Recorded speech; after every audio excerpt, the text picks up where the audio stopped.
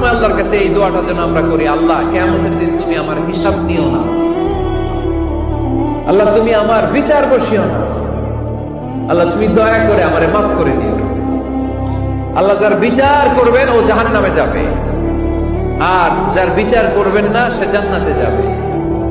আল্লাহ যদি বিচার করে আর পাই টু পাই হিসাব নেয়, নামাজ পড়লি না কেন, রোজা রাখলি না কেন, মিথ্যা বললি কেন, খাদ্যে ভেজাল দিলি কেন, মাছে ফরমালিন দিলি কেন, যৌতুক খাইলি কেন, ঘুষ খাইলি কেন, উল্টাপাল্টা করলি কেন, জিনা করলি কেন, একটার পর একটা প্রশ্ন বানে যদি সেই ভয়ঙ্কর দিনে আল্লাহ আমাদেরকে জর্জরিত করে, আমাদের কোনো উত্তর আছে?